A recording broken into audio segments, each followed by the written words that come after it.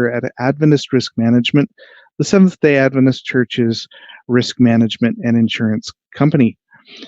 I really am excited that pastors are taking the time to learn more about risk management, as it is an important part, a natural part of the ministries of the church as we consider the example of Christ on earth and watch how he cared so deeply for people's well-being.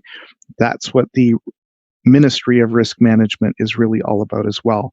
So thank you for taking the time to learn more about this important topic.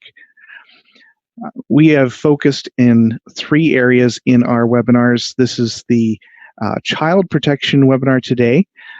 Previously, we spoke about the physical plant and life safety, and we still have the activity planning and transportation webinar that we will do very, very shortly. So altogether, there will be 4, with one webinar at the beginning, really setting the stage, setting the tone of why risk management is important to ministry and for pastors to take notice of. So thank you for taking the time to spend with me today. We're going to be looking at what can be a challenging subject, certainly one that really tugs at our heartstrings as we consider child protection. There are so many ministries throughout our churches and schools that are geared for and really focused on children. And it is probably one of the most important areas we could focus on as we prepare people for their lives and for ministry to the world throughout their experiences as they go through school and as they move on and develop careers and paths of their own. So very, very important for us to have a firm grasp of what children are going through, our responsibility as we are given care, custody, and control of children, either attending our Sabbath schools or going on our adventurer or pathfinder outings. We really do need to appreciate the incredible responsibility that we have and the expectations that parents have of us when children are in our care. And in the care of, usually we have, a number of volunteers who are coordinating that care.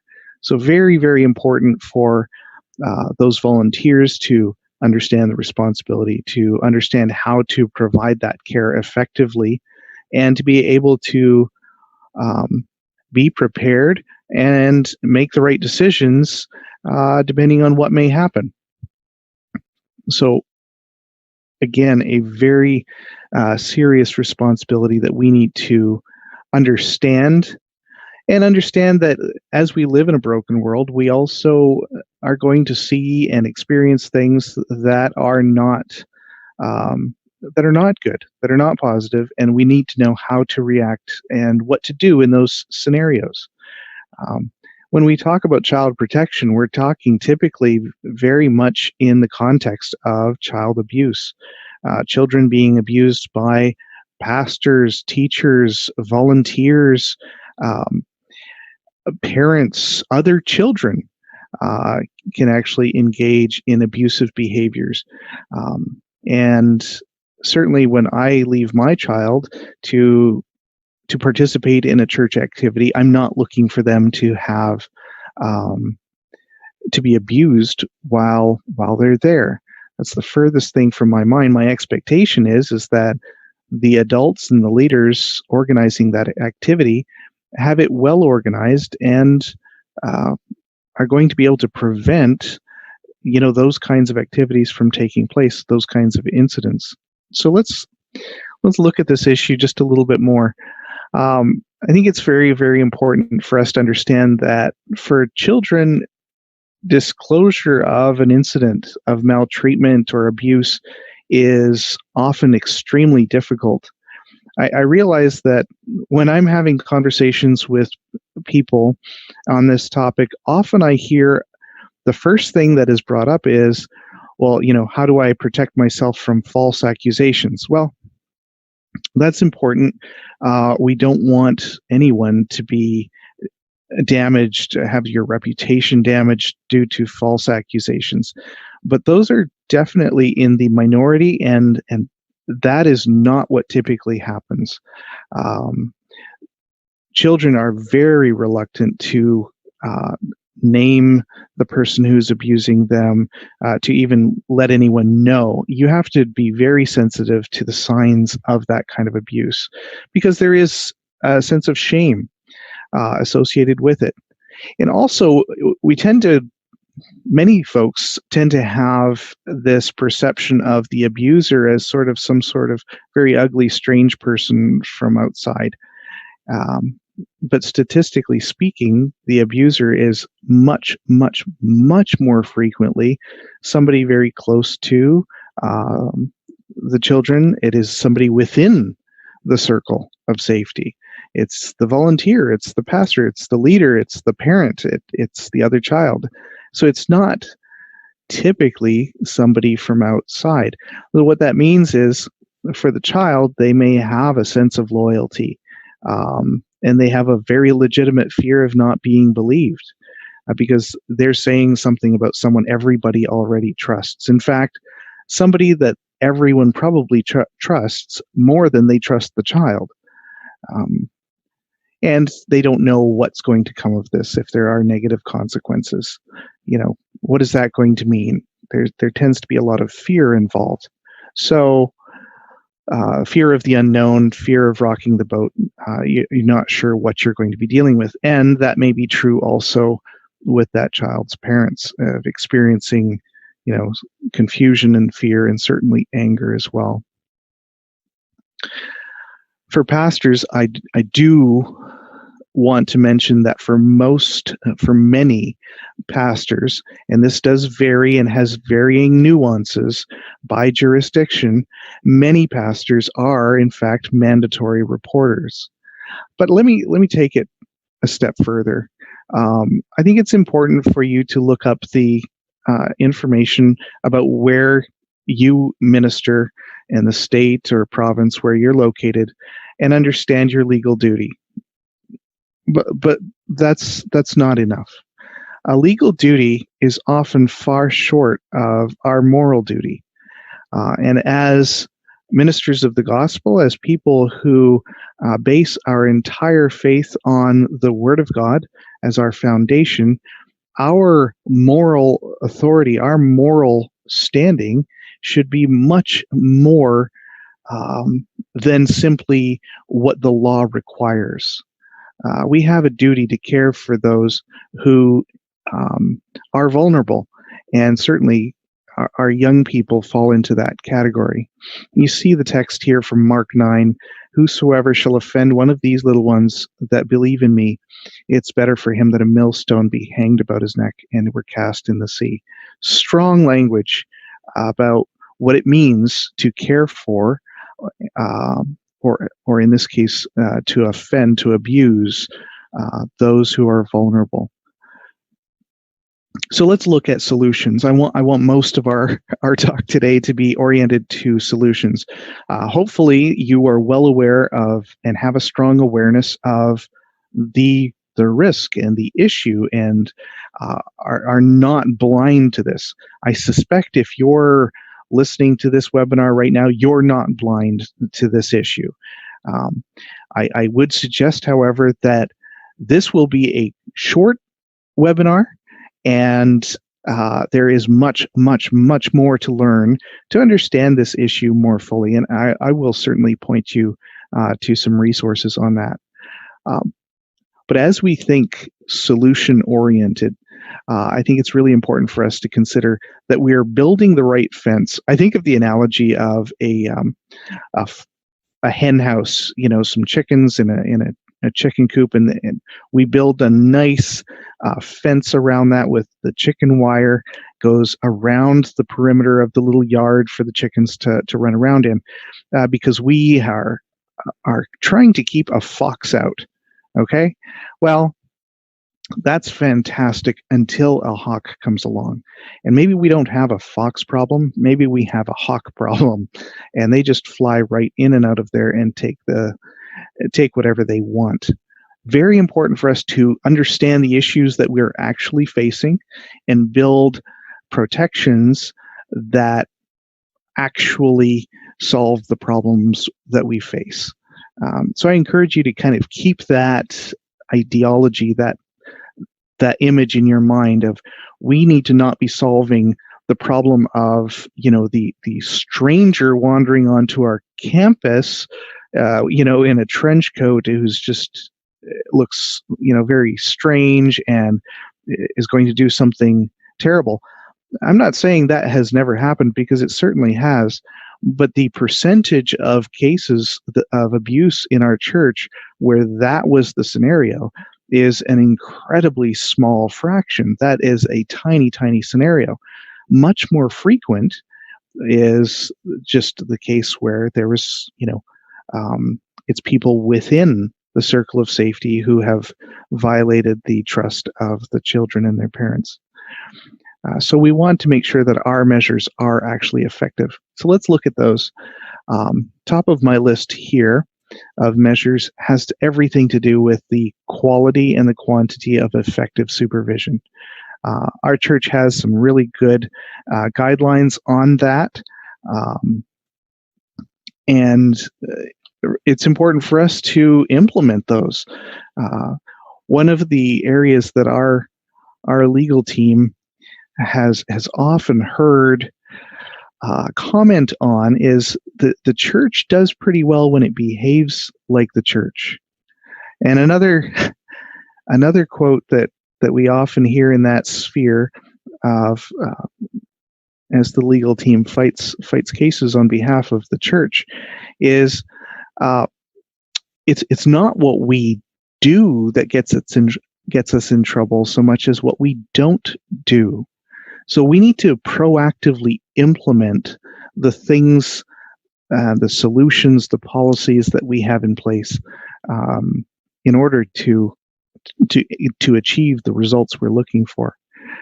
Quality and quantity of effective supervision is certainly one of those. That means two adults should not be alone with children, or at least you need to have, the windows and the doors. You need to have that open policy where everyone can see what's going on. Background screening. Our church does have here in North America policies on background screening.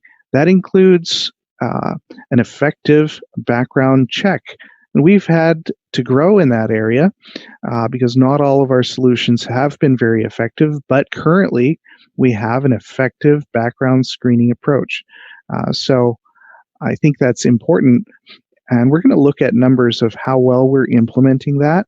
And I think there's a lot of room for growth there yet. Hand in hand with the background screening is training.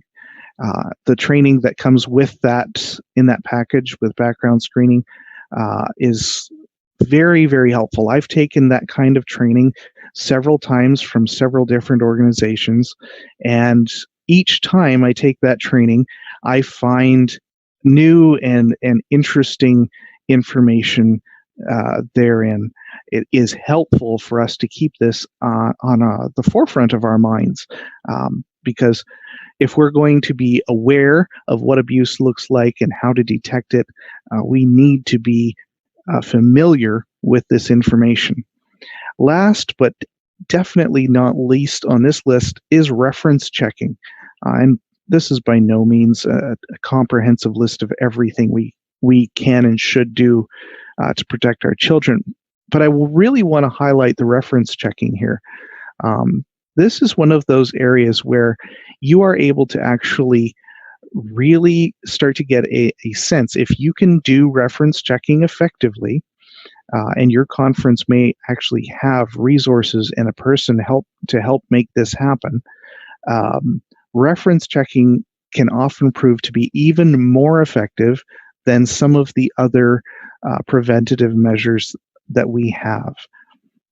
This is not to mean I'm not saying that we shouldn't do the other measures. We should do each of these measures, but that the reference checking, if done effectively, has a better chance of finding a perpetrator within our ranks rather than some of the other measures. So something to be taken very, very seriously. I highly recommend an emphasis and an interest in reference checking. And it is our policy that we check references.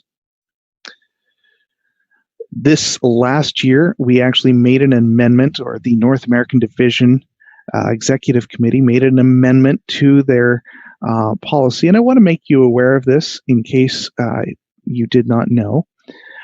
And in essence, you can read it here on the screen, but in essence, what it means is that for those who were not clear before, all volunteers that have elected or voted positions within the church should go through, should follow the same standards. That means the background screening, the training, that they should follow all of those policy guidelines that the church has in place.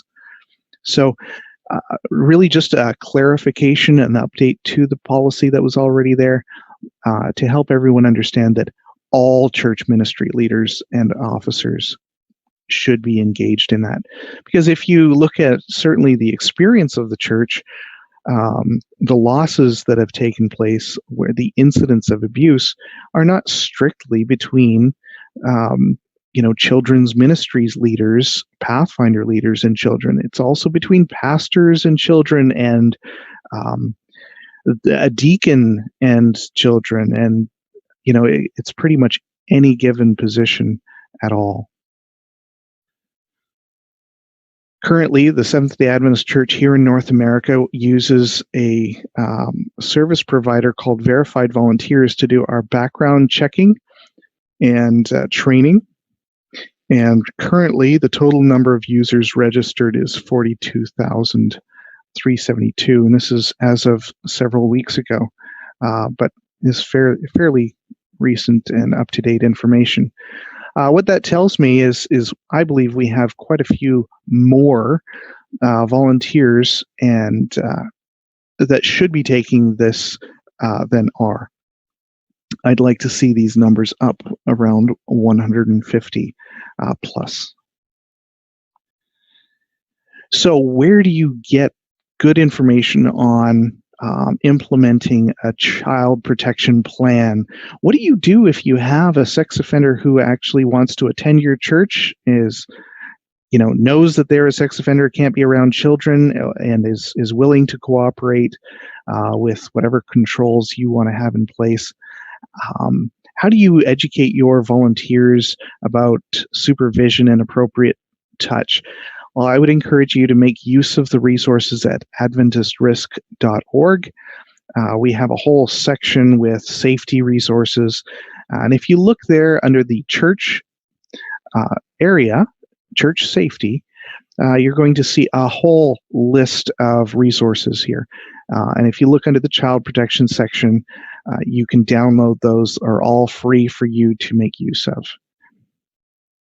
The first one I want to talk to you just a little bit about is we have a model child protection plan available on that website right where we were looking before.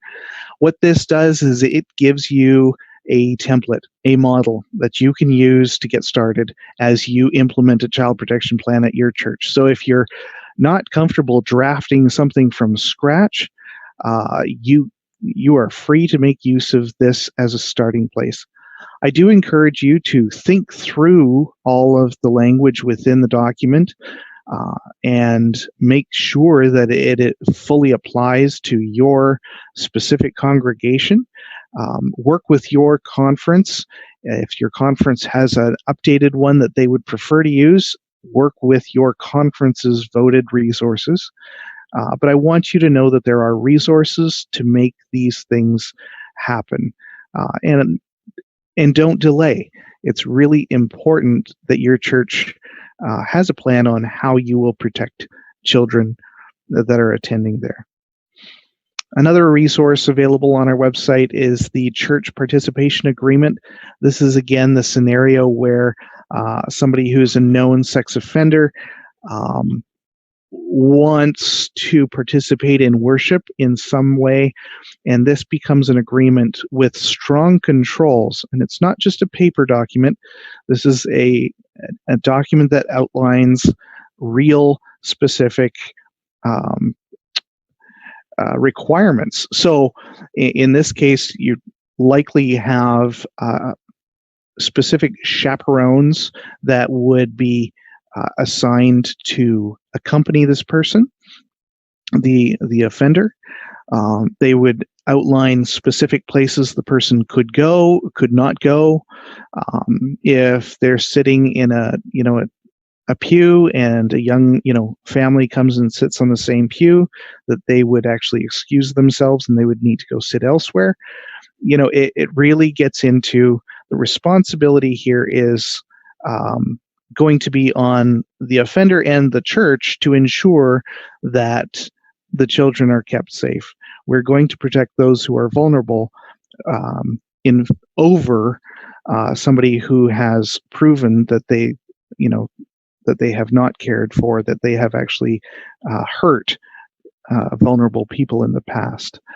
Very, very important distinction there. We will always prioritize those who are the young and the vulnerable over somebody who has been an abuser.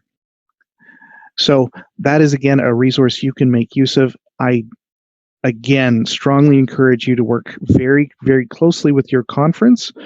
This is not something to be kept strictly, as I've heard some do, strictly between one person and the offender or two people and the offender. This needs to probably be filed with several of the top leaders in your church. I'm not saying that it necessarily needs to be published and shared widely and openly, but it does need to be communicated confidentially within a circle of people who can follow up on it. You will want this to meet the local jurisdictional standards, so that's why you need to work closely with your conference. But consider this: people move. I know of a case where there was a head elder and a pastor who engaged in an agreement with a sexual offender. And so they were monitoring his activities and stuff, but the pastor was transferred and the elder retired and moved away. And the sexual offender continued to attend church in that location, and no one knew the difference. No one knew that that's what was going on.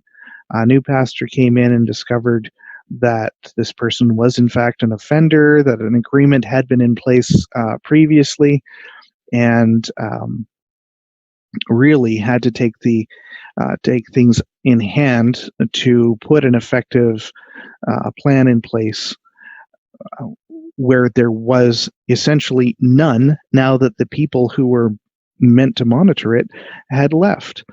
So you can't keep this stuff so secure that no one knows how to implement it. Often we err heavily on the side of protecting the good name of the offender.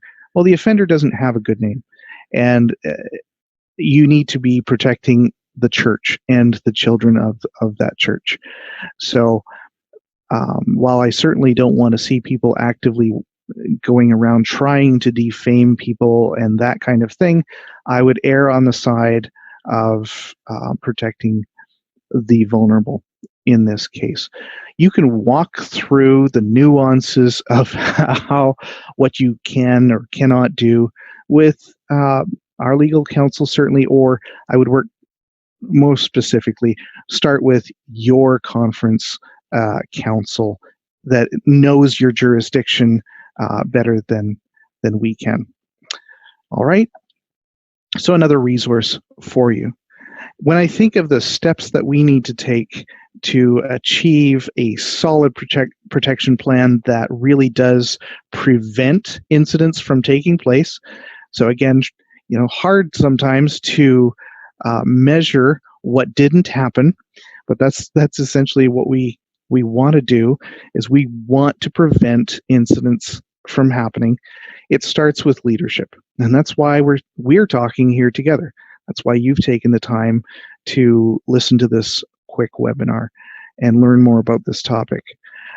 So make it a priority, and express that this is a priority, and express it through your actions as your church implements child protection policies. It may include, hey, we're going to have windows in classroom doors.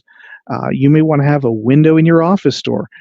I strongly encourage that, especially if you're concerned about your future and your reputation. Insist that there are windows indoors. Insist that at least 2 adults are always present. Insist that, somebody new shows up at your church and they're happy to help with children. Insist that, the 6-month rule, the idea of getting to know them for some time, start to see how they respond to the rules and policies of the church. Get a sense of are these people actually supportive and cooperative with our policies, or are they a little bit on their own page? Are they just going to do what they want to do? You need a solid team that actually is pulling together to implement this effectively. But it starts with leadership. A resource specifically for leaders is coming up this fall, September 24 and 25 of 2018. The North American Division, in cooperation with a number of other organizations, including Adventist Risk Management, is putting on another Summit on Abuse. You can learn more about this at enditnownorthamerica.org. It was my privilege to be part of this event last year, and I think a lot of good information was shared. The way this works is we do one day is all of the information in English, one day is all of the information in Spanish. So you get a full day of presentations and Q&A in each language. And for the 2018 summit, the information will be in English on September 25. The day in Spanish will be September 24. So I hope you'll put that in your calendar. You will see more information about that, of how you can either attend or digitally attend. This is largely a digital conference, a summit, so people can, just watch from your office or your home. So a good way to learn a lot about legal matters related to abuse, as well as, how you can minister more effectively to the young people in your church. What about people who have experienced spousal abuse, that kind of thing. So a really important aspect of ministry, and a real opportunity to serve our congregations more effectively. The next, and really the last area that I want to highlight as we consider what we can do to ensure that our churches, our congregations, our young people are kept safe from abuse, is through effective supervision. If I had to choose one thing to do, it would be supervision. And we've talked about some of these ideas already. Minimum of 2 adults supervising the vision panels or windows in the doors so that people can see into classrooms and offices. Adults focused on supervision without distraction. That's becoming more and more of a challenge, where just because an adult is on a playground does not mean they're paying attention at all. Carefully monitor the time and number of children in the restrooms. That is an area where we see a great number of claims, particularly child-on-child abuse taking place when they're sort of in these gray areas of it's a little harder to supervise. You can't necessarily go in with them, but It is something that can be done effectively, but needs somebody who's alert and paying attention. Make sure that areas of your facility that are not in use are locked. So many churches I visit are just have so much potential for things to go wrong. We all enjoy the service. We go into the fellowship hall and enjoy a potluck afterwards. We're in a food coma, and the children are just running everywhere, and it's really hard to know where they're going to go. Have they made their way back to the baptismal tank, or behind the sanctuary? Have they found a way into the maintenance room and all of what goes on in there? Very important that areas that people should not be in are secured, and people can't get in there. Also, this is good security as well as good child protection. Ensure your exterior is properly lit for nighttime activities.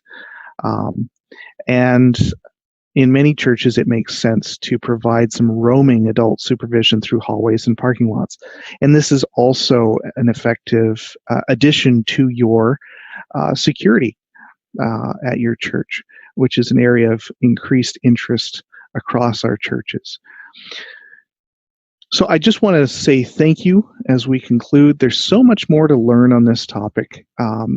But I encourage you, if you haven't already taken the background check and training there, do so as soon as you possibly can. I found the training to be very, very informative, helpful for me personally. And then I encourage you to also attend the North American Division's Summit on Abuse this fall, September 24 for Spanish and 25 for English, which will be taking place digitally. You can learn more about that at enditnownorthamerica.org. Thank you so much for taking the time on this topic with me. My last challenge and comment to you is lead in the area of child protection. Protect our children, implement policies so that we can be effective in raising up a next generation to